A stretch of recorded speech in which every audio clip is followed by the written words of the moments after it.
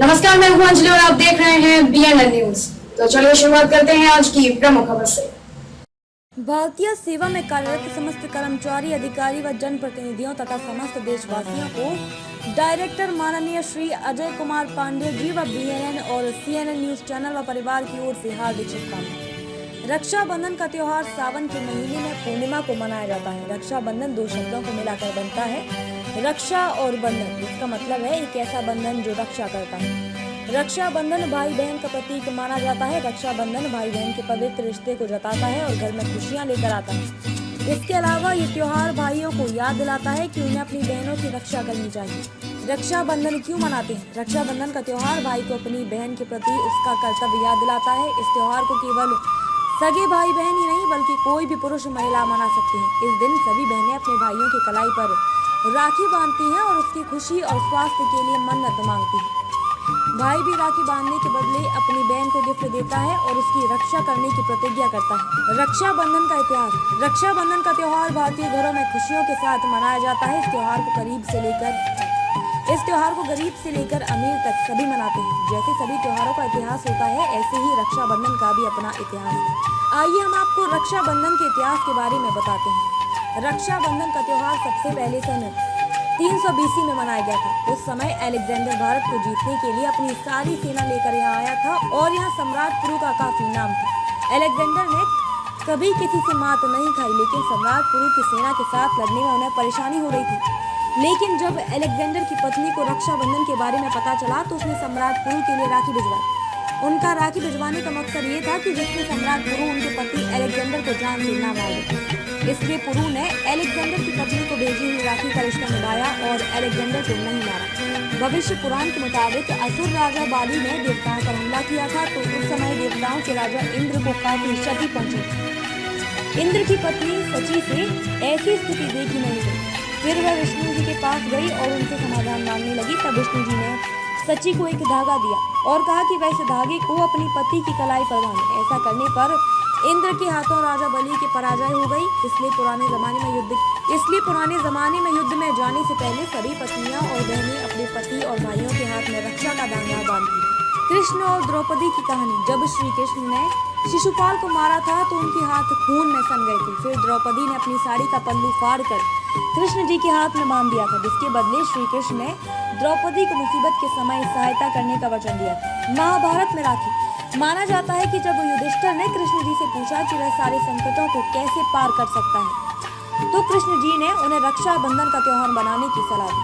संतोषी माँ की कहानी। गणेश जी के दोनों पुत्रों को कोई बहन नहीं थी, इसलिए उन्होंने अपने पिता से जिद की कि उन्हें भी एक बहन चाहिए।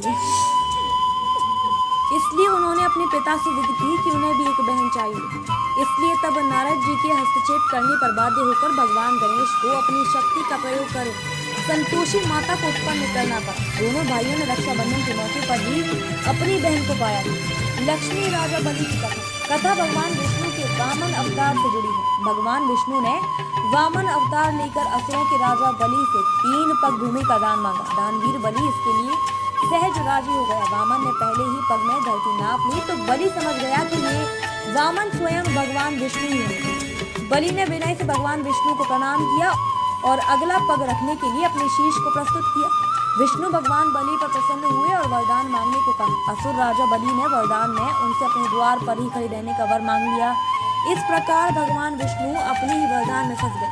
तब माता लक्ष्मी ने नारद मुनि की सलाह पर असुर राज बलि को राखी बांधी और उपहार के रूप में भगवान विष्णु को मांग ली। रक्षाबंधन भारतीय धर्म संस्कृति के अनुसार रक्षाबंधन त्योहार श्रावण माह की पूर्णिमा को मनाया जाता है। ये त्योहार इस दिन बहन अपने भाई के मस्तक पर टीका लगाकर रक्षा का बंधन बांधती है, जिसे राखी कहते हैं। एक हिंदू व जैन त्योहार है जो प्रतिवर्ष श्रावण मास की पूर्णिमा के दिन मनाया जाता है। श्रावण मनाए जाने के कारण इसे श्रावणी या सरुणु भी कहते हैं। रक्षाबंधन में राखी या रक्षा सूत्र का सबसे अधिक महत्व है। राखी कच्चे सूत जैसे सस्ती वस्तु से लेकर रंगीन कलावी रेशमी धागे तथा सोने या चांदी जैसी महंगी वस्तु तक की हो सकती है। रक्षाबंधन भाई बहन के रिश्ते का प्रसिद्ध त्योहार है। रक्षा का मतलब सुरक्षा और बंधन का मतलब बाध्य है। रक्षाबंधन के दिन बहनें भगवान से अपने भाइयों की तरक्की के लिए भगवान से प्रार्थना करती हैं। राखी सामान्यतः बहनें भाई को बांधती हैं, परंतु ब्राह्मणों, गुरु और परिवार में छोटी लड़कियों द्वारा सम्मानित संबंधियों भी बांधी जाती है। कभी कभी सार्वजनिक रूप से किसी नेता या प्रतिष्ठित व्यक्ति को भी राखी बांधी जाती है। रक्षाबंधन के दिन बाजार में कई सारे उपहार बिकते हैं। उपहार और नए कपड़े खरीदने के लिए बाजार में लोगों की सुबह से शाम तक भीड़ होती है। घर में मेहमानों का आना जाना लगा रहता है। रक्षाबंधन के दिन भाई अपनी बहन को राखी के बदले कुछ उपहार देते हैं। रक्षाबंधन एक ऐसा त्योहार है जो भाई बहन के प्यार को और मजबूत करता है। इस त्योहार के दिन सभी परिवार एक हो जाते हैं और राखी, उपहार और मिठाई देकर अपना प्यार साझा करते हैं।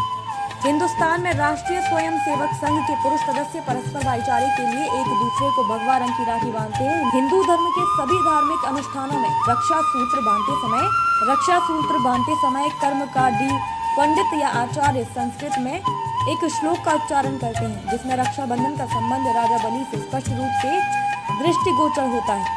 प्राचीन समय में ब्राह्मणों व गुरुओं द्वारा अपने शिष्य और यजमान को राखी बांधी जाती है, पर अब राखी का स्वरूप पहले की अपेक्षा परिवर्तित हो गया है। रक्षाबंधन मनाने की परंपरागत विधि। इस पर्व पर बहनें सुबह स्नान करके सुबह पूजा की थाल सजाती हैं।